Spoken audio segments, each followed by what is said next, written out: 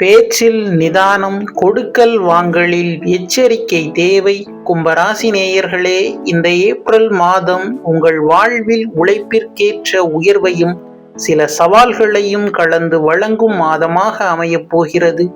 இந்த மாதம் கடினமான உழைப்பிற்கேற்ற வருமானம் தடையின்றி வந்து சேரும்.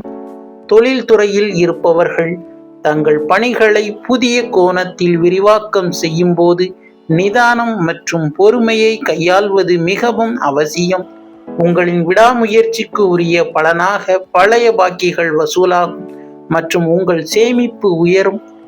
இருப்பினும் பணம் கொடுக்கல் வாங்கலில் அதிக கவனம் தேவை.